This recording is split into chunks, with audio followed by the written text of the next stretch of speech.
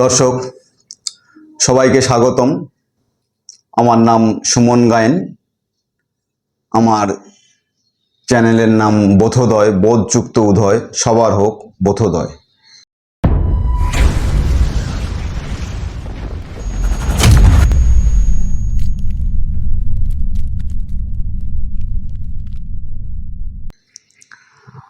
আজকের আমার ক্যাপশনটা দেখেছেন যে আমি কি বিষয়ে বলতে চলেছি। আমার ক্যাপশনটা আজকের যে 4 তারিখ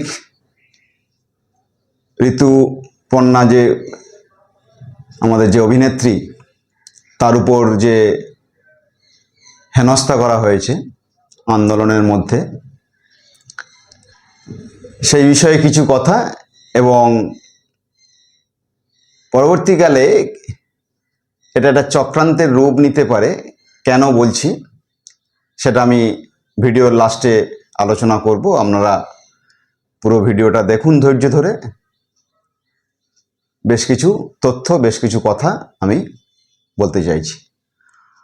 আর একটা বিষয়, আমি কোনো রাজনৈতিক উদ্দেশ্যে ভিডিও করি না, কারণ আমি কোনো রাজনীতি করি না।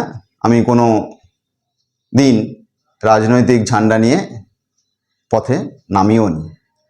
তবে সমাজের বিভিন্ন অন্যায়ের প্রতিবাদ আমি করি এবং সমাজকে নিয়ে বিভিন্ন রকম ভিডিও আমি বানাই।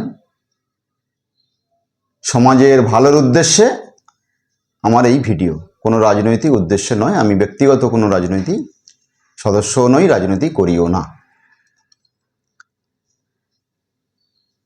এই যে 4 তারিখ রাতে আমাদের একজন প্রিয় অভিনেত্রী, তার উপর যে একটা হামলা হলো, হেনস্থা করা হলো, সে বিষয়ে আমি একটা দুটো তিনটে পয়েন্ট করে আমি কয়েকটা কথা বলতে চাই। এই যে অভিনেত্রী আমাদের যে ঋতুপর্ণা সেনগুপ্ত, তিনি আমাদের খুব নামী অভিনেত্রী। বেশ কয়েকজন নামী অভিনেতা অভিনেত্রী রয়েছেন, তাদের মধ্যে একজন পড়ে। আপনারাও অনেক সময় এই অভিনেত্রীর সিনেমা হলে হাউসফুল অবস্থায় দেখেছেন, দিনের পর দিন এনার সিনেমা দেখার জন্য লাইনও দিয়েছেন। এত তাড়াতাড়ি সেই অভিনেত্রী আপনাদের চোখে খারাপ হয়ে গেলে কেন? এই আন্দোলনের মধ্যে যারা এনাকে হেনস্থা করেছেন তাদের উদ্দেশ্যে আমার ফার্স্ট পয়েন্ট, আপনাদের উদ্দেশ্যে, মানে কারা কারা আপনারা করেছেন এনার উপর আন্দোলন, হেনস্থা করেছেন, সেটা আপনারাই ভালো করে জানবেন। তাদের উদ্দেশ্যে আমার বক্তব্য যে, ধরুন আপনাদের পরিবারের মধ্যে আপনার বাবারা 2-4 ভাই, 2-3 ভাই, বিভিন্ন কারণে জমি জায়গা সংক্রান্ত বিষয়ে আপনাদের মধ্যে একটা গণ্ডগোল প্রায়শই লেগে থাকে কিংবা গণ্ডগোল হয়েছে। তাই ভাই ভাইয়ের মধ্যে সাময়িকভাবে কথা নেই। দেখা গেল হঠাৎ, ভগবান না করুক এমন দিন এলো, আপনার বাবা গত হয়েছেন কিংবা মারা গেল, এবং সেই কাকু, সেই জ্যাঠার সঙ্গে হয়তো আপনারা এই পারিবারিক দ্বন্দ্বের কারণে হয়তো কথা বলেন না, আপনাদের ওপর ব্যক্তিগত রাগ আছে। কিন্তু যখনই আপনার বাবা মারা গেলেন এবং বাবার যখন শ্মশান যাত্রা, সেই বাবার ভাই যদি এসে সামিল হয়, তাহলে আপনারা কি সেই কাকা কিংবা জ্যাঠাকে বাবাকে শ্মশান যাত্রা নিয়ে যাওয়ার সময় তাকে কি গিয়ে মারধর করবেন? তাকে গিয়ে হেনস্থা করবেন? না এই ছিল, এই করেছেন, আমার বাবার শ্মশান যাত্রায় যেতে পারবে না। আমি কি বিষয়টা বলতে চাইলাম একটু ভালো করে বুঝে দেখবেন। আর সেটা যদি না হয়, তাহলে কি হয়েছে, কি করেছে, সেটা আপনারা সোশ্যাল মিডিয়ায় দেখেছেন। সেটা কতটা সত্যি কতটা মিথ্যা আপনারা নিজেরাও জানেন না।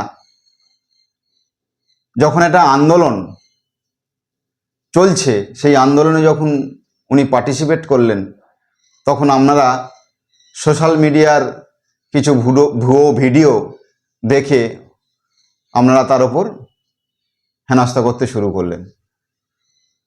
তার মানবিক দিকটা আপনারা দেখার চেষ্টা করলেন না। এটা খুব ঘৃণ্য একটা বিষয় এবং এর প্রতিবাদ করছি, এটা ঠিক নয়। সেকেন্ড পয়েন্ট, অনেক সেলিব্রিটিরা বলছেন যে মহিলাদের জন্য, মহিলাদের সম্মানের জন্য আজকের এই আন্দোলন, সেই মহিলাদের উপরে কি এরকম হেনস্থা করা যায়? আমি তাদের উদ্দেশ্যে বলছি যে এটা কি সত্যি শুধু মহিলাদের সম্মানের জন্য আন্দোলন? মহিলাদের সম্মান তো যে কোনো সুস্থ মস্তিষ্কের লোক, পুরুষ নির্বিশেষে সবারই করা উচিত। কিন্তু আমার মনে হয় না এই আন্দোলনটা শুধুমাত্র মহিলাদের সম্মান লড়াইয়ের জন্য আন্দোলন। বরঞ্চ আমার মনে যেটা হচ্ছে সেটা, এই আন্দোলনটা হচ্ছে একটা অন্যায় কাজ হয়েছে, একটা পাশবিক অত্যাচার হয়েছে একজন বোনের উপর, এবং যে বোনটি একজন ডক্টর, সেই ডক্টর সমাজকে অনেক কিছু দিতে পারত, সমাজ তার কাছ থেকে অনেক কিছু নিতে পারত, বহু অগণিত মানুষের উপকার হতে পারত, সেটা থেকে আমরা বঞ্চিত হলাম। এবং সেই অত্যাচারের বিরুদ্ধে এই লড়াই, এই আন্দোলন, এবং তার থেকে বড় কথা যে এই পাশবিক অত্যাচারের পাশে সরকার দাঁড়িয়ে গেছে, সরকার এর প্রতিবাদ করেনি, প্রশাসন একে আড়াল করার চেষ্টা করছে, এবং সেটা আজকের বাচ্চা ছেলেরাই বুঝতে পারছে, প্রশাসন যাই বলুক না কেন। এবং যেখানে প্রশাসন পাশে নেই, প্রশাসন যেখানে দোষীদের আড়াল করার চেষ্টা করছে, সেখানে ন্যায় বিচারের, জাস্টিসের জন্য এই আন্দোলন, শুধুমাত্র মহিলাদের সম্মানের জন্য এই আন্দোলন নয়। এটা আমরা সাধারণ মানুষ হয়তো মুখ ফুটে বলতে পারছি না, পদত্যাগ পদত্যাগ পদত্যাগ, কিন্তু আন্দোলন যারা আমরা করছি কিংবা যারা প্রতিদিন রাস্তায় নামছে, তারা জাস্টিস তো চাইছে, প্লাস প্রশাসনের অন্যায়টাও দেখছে। প্রশাসন যেভাবে এটাকে ধামাচাপা দেওয়ার চেষ্টা করেছেন, এবং প্রশাসন যেভাবে এই জিনিসটাকে গুরুত্ব দেয়নি, সেই প্রশাসনের বিরুদ্ধেও একটা অলিখিত আন্দোলন কিন্তু রাস্তায় চলছে। শুধুমাত্র মহিলাদের সম্মানের জন্য এই আন্দোলন নয়। তো সুতরাং এই অবিচারের জন্য, প্রশাসনের এই ব্যর্থতার জন্য এই প্রলয়টা আসার দরকার ছিল। তাই কালের নিয়মে আজকের এই প্রলয়টা এসছে। 2 নম্বর পয়েন্ট, যারা এই অভিনেত্রীর উপর 4 তারিখ হেনস্থা করলেন, তারা কি সত্যি চান যে এই আন্দোলনে হাঁটতে, কিংবা এই আন্দোলনের গুরুত্বটা কি তারা কি আদৌ বুঝেছেন? আন্দোলন কিভাবে করতে হয়, আন্দোলন জোর কতটা হতে পারে, সেটা আরজি করের যে ডক্টররা লালবাজার অভিযানে দেখিয়ে দিয়েছে, যে আন্দোলনের কিভাবে শৃঙ্খলাবদ্ধভাবে করতে হয় এবং আন্দোলনের জোর কতটা হয় একটা শৃঙ্খলাবদ্ধ আন্দোলন করলে। আপনাদের যাদের মস্তিষ্ক বিকৃত মস্তিষ্ক, এবং যারা নিজের মনটা যাদের ঠিকঠাক পরিষ্কার নয়, তারা এই আন্দোলনে হাঁটেন কেন? আমার মনে হয় পরবর্তীকালে যদি আপনাদের কিছু প্রতিবাদ করার থাকে, আপনারা ঘর থেকে করুন। এই রকম একটা সুন্দর আন্দোলনের মধ্যে এসে বিশৃঙ্খলা করার চেষ্টা করবেন না। এটা আপনাদের কাছে আমার অনুরোধ থাকলো। 4 নম্বর পয়েন্ট, আমি কেন এটাকে পরে চক্রান্ত হতে পারে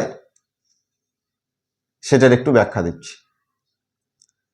কেউ কেউ আপনারা বলছেন, সেলিব্রিটিটা যারা আর্টিস্ট ফোরাম কিংবা নাট্যকার, কেউ কেউ বলছেন যে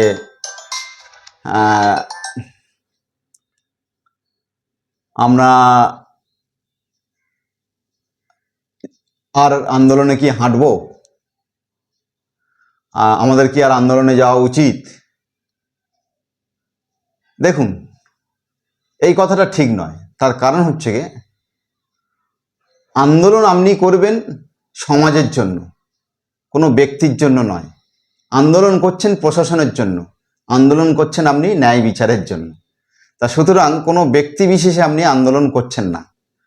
আর এই কারণে যদি আপনাদের মনোভাব চেঞ্জ হয়, সেক্ষেত্রে এই সুযোগটা কিন্তু একদিন প্রশাসন নিয়ে নেবে। এই সুযোগটা একদিন প্রশাসন নিয়ে নেবে। তার কারণ হচ্ছে, এই রকম সুন্দর আন্দোলনের মধ্যে প্রশাসনও কিছু লোক, কিছু যারা এই আন্দোলনটাকে চাইছেন না, এরকম যারা ব্যক্তি, তাদের ঢুকিয়ে দেবে, দিয়ে এই বিশৃঙ্খলা সৃষ্টি করবে এবং আপনাদের মনোভাবটাকে ঘুরিয়ে দেওয়ার চেষ্টা করবে। আপনাদের মনে একটা বিতৃষ্ণা যাতে আসে সেই চেষ্টা করবে। সুতরাং আন্দোলন চালিয়ে যান, আন্দোলন সবারই করা উচিত, এবং সেটা আপনি নিজের জন্য করছেন না, কোনো ব্যক্তি স্বার্থে করছেন না, এটা আপনি ন্যায় বিচারের জন্য করছেন, এটা প্রশাসনের জন্য করছেন, প্রশাসনের যে অপদার্থতা তার জন্য করছেন। সুতরাং অন্য কোনো মনোভাব মনের মধ্যে স্থান দেবেন না। আসুন আমরা সবাই সমাজের জন্য রাস্তায় থাকি এবং অরাজনৈতিক একটা আন্দোলন গড়ে তুলি, যেখানে পরবর্তীকালে প্রশাসনও ভাবে যে না, অন্যায় করলে তার বিচার দিতে হয় এবং প্রশাসনকে পাশে থাকতে হয়। নমস্কার, সবাই ভালো থাকবেন।